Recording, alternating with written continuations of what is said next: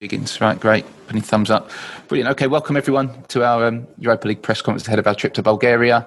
If you do have a question, as always, please raise your hand and we'll try to get to as many people as possible. So I see Ian Abrahams has already put his hand up, so we will go to Ian first. Hi, Jose. Hi, Jose. Hi. Hello. Last week obviously wasn't good enough and you made a lot of changes at half-time. How much are you looking tomorrow for your team to be much improved than last week, and what are you looking for from them? Of course, we are going to try to win the match. And of course, I don't think it was Antwerp about the players. I think it was about the attitude, was about the way we faced the game. And as I told already before, the first one to blame is myself, because the players didn't perform at a normal competitive level. We played the knockout 3 matches that we had previously seriously, and we did it. But this time maybe we didn't feel the pressure of the knockouts. Maybe we felt that the group phase is a different thing, which is true. But we were not there to win it. We were just there waiting for the victory to find us, and not for us to find the victory. Tomorrow again is not a knockout, but because of the defeat, the game becomes more important. Of course, there are still 12 points to play for, and we have already 3. But tomorrow is important that we win, or if we cannot win, at least if we get a point. So hopefully the players, they understand that the match tomorrow has to be different than it was at Antwerp. And from myself, I have to motivate them in a different way. Okay, we'll go to Jonathan Veal next. Jonathan. Hi, Jose. We've Hello, seen Jonathan. some training this morning that Aurier, Reguilon and Lamela weren't there. Are they injured? Yes.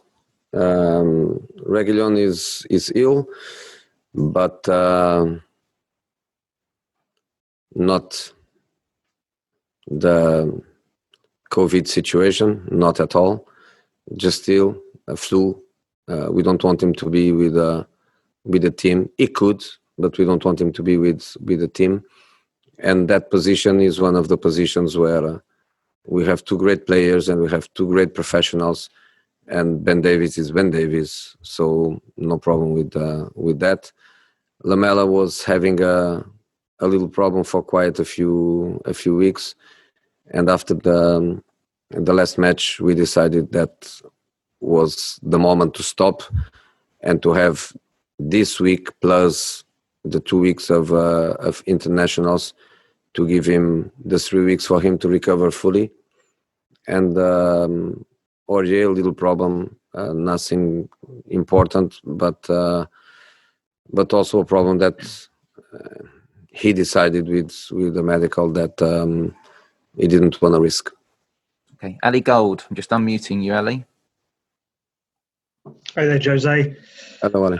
Tanguy Ndombele gave a really good interview this week where he spoke about his relationship with you and how good it is and how you laugh together and how you put any differences from the past behind you, and just kind of wondered what you made of that relationship between the 2 of you now.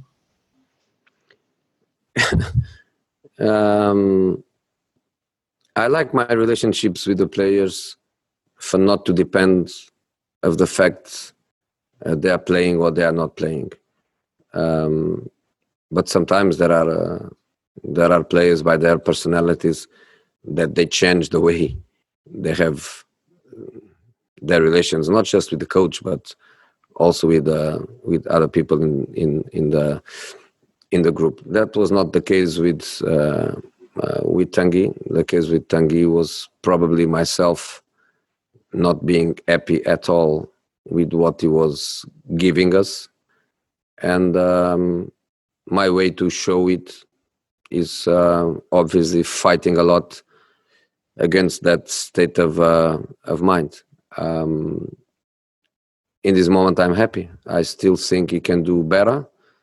His potential is huge. So is he doing well? Yes, he's doing well. Am I happy with him? Yes, I'm happy with him. I still think that he can do more. He can be fitter. He can give us 90 minutes without problems. He can be better than he is. Of course, he's happy because he's playing. Of course, I'm happy because he's giving us important things. And I see the future probably better because, as I was saying, his potential is great. But I have to try to educate players. I have to try to give my best. I'm not here to be their best friend. I'm here to be their coach above all. And I will never be different than I am. So when I'm not happy, I'm not happy. In this moment, I'm very happy with him. Okay, Paul Brown, I'm just unmuting you now.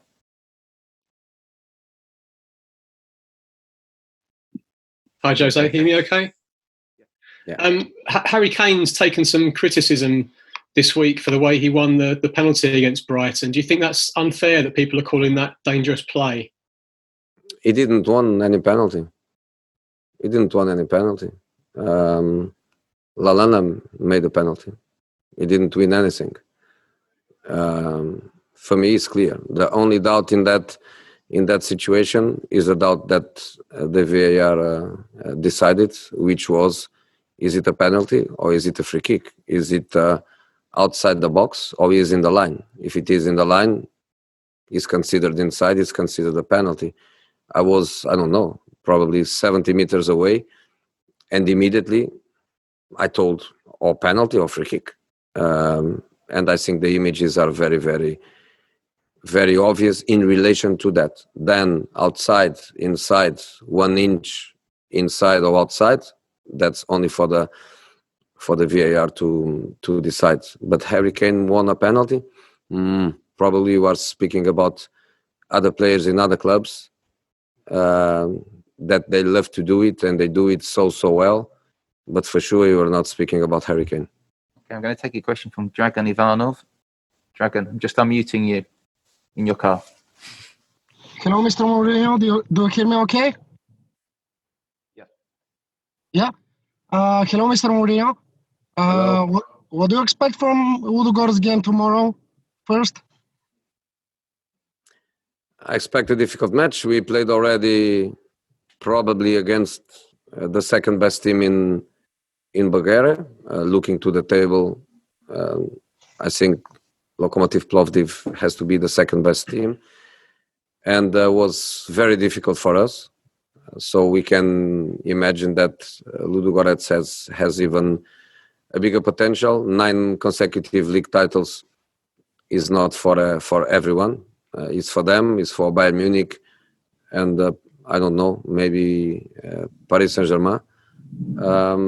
So we respect them. And the fact that we have only 3 points, this double fixture against Ludogorets is very important for us. That we have, or 4 or 6 points, but we need points, and we go to Bulgaria with this in mind. But technical team, very good quality, fast players, attacking good players, experience in the back. We have to respect. And another one, please. Do you check the Spanish media after Gareth Bale's winner against Brighton last weekend? Yeah, some of the press was saying that I told I was going to look at Real Madrid website, which is completely untrue. I never told that.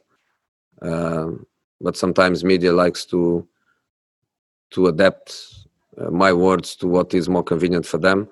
But I never tell anything about Real Madrid. I just told about the Spanish media, the Spanish media that used to not to be very nice with Gareth. And I read, and yes, they were very, very fair to him. They were very honest by praising him, and the connection with Reguilon, also a player from Spain, So I think they were very, very honest to him, and I'm happy with that. Okay, Matt Barlow, I'm just unmuting you, Matt.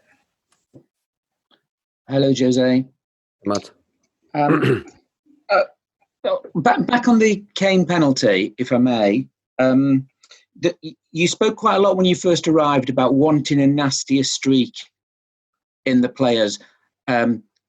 Sometimes perhaps better described as being more cynical or more streetwise even. But learning to win. Are you satisfied that you're getting that from the players now? And is this ability to win a penalty or Miller at Manchester United? I never spoke about penalties. That's not part of the things that we want to improve. And I think, I'm not speaking to you, I'm speaking to you in general. You are confused because you could be speaking about some Manchester United players. You could be speaking about some Man City players. You could be speaking about some Liverpool players. You could be speaking about some Chelsea players. And you are speaking about Harry Kane, that was in a position to control the ball, in a dangerous position, and Lallana come in a very reckless action and commit a foul. What are you speaking about being clever or being not clever? Being clever is to hold the ball and to shoot and score. But it was a foul. What is media speaking about? What are you speaking about? It's a foul. Direct free kick or penalty. It's for the VAR to decide, for the referee to decide. The referee decided direct free kick. I was okay, because from my distance, I thought, okay, maybe it's a direct free kick. But then the VAR told he's inside. Like it happened in another match in the previous fixture, outside or inside. And the VAR decided was inside because was on the line. What are you speaking about being clever with that? It's not being clever. Harry Kane is there to score goals. He just wants to control the ball. He sees the ball in the air. He uses his body to protect. And Lallana was reckless. He made a mistake. He made a mistake, period. What are we speaking about? In relation to that game, if you want to speak about that game, you have to speak about something that happened that could have a direct impact in the result of the game, which was that goal. There is no more story. What are you speaking about us? Speak about Liverpool. Speak about Man City. Speak about Man United. Speak about these penalties that you see the clever guy that comes somebody and blows and they are on the floor. Don't speak about Harry Kane. Don't speak about Harry Kane. When I say my team has to be ready to compete, I'm not speaking about that. I'm speaking about winning 2-1 against a very difficult Brighton and play for the last 15 minutes and control the game. I'm speaking about Brighton to play Danny Byrne as a striker for the last 10 minutes and my team to press high and don't let Byrne put one foot in our box. We let Andy Carroll do that. Against West Ham, against Newcastle, we let Andy Carroll get in our box and provocate what he provoked with a penalty in the last minute. Against West Ham, we let them do the same and have lateral free kicks against us. Against Burnley, we didn't let Woods to put a foot in our box. We didn't let against Brighton Danny Byrne to put one foot in our box. That's what I mean.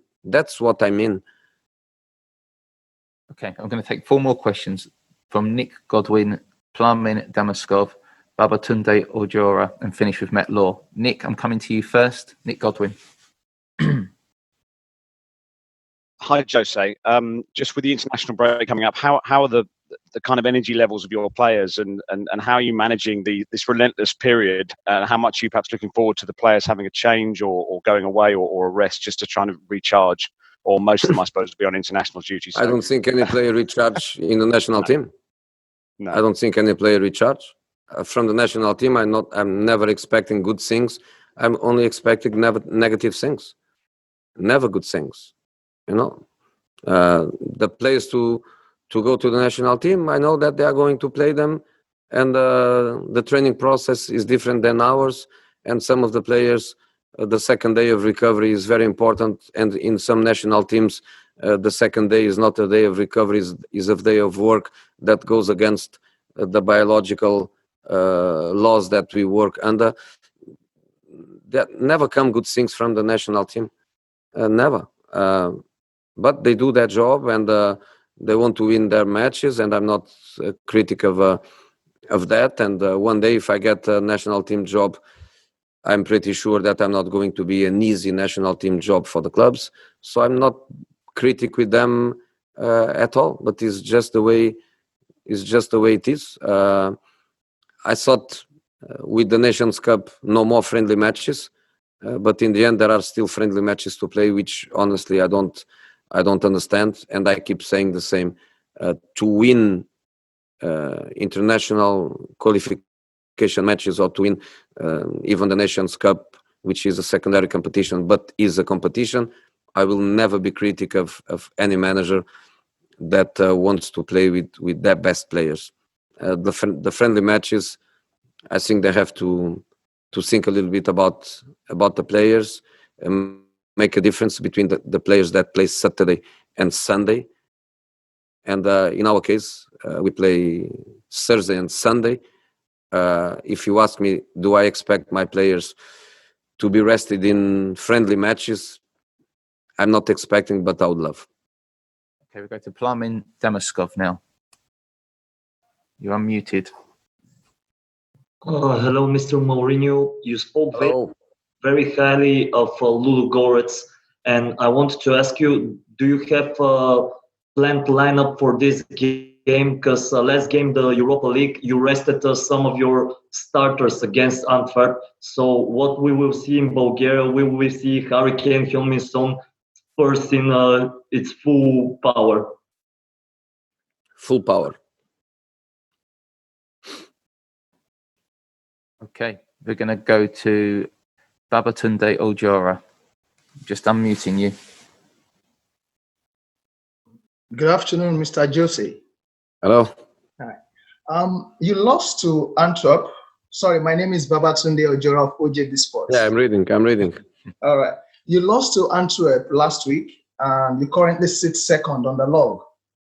And in the Champions League last season, you were eliminated by RB Leipzig in the round of 16, losing home and away. Now, knowing your predecessor took this team to Champions League final in 2019, and considering your pedigree and record in European tournaments, don't you think you have lost the spark that made you the special one years ago? Yeah, I won the Europa League 2 years ago.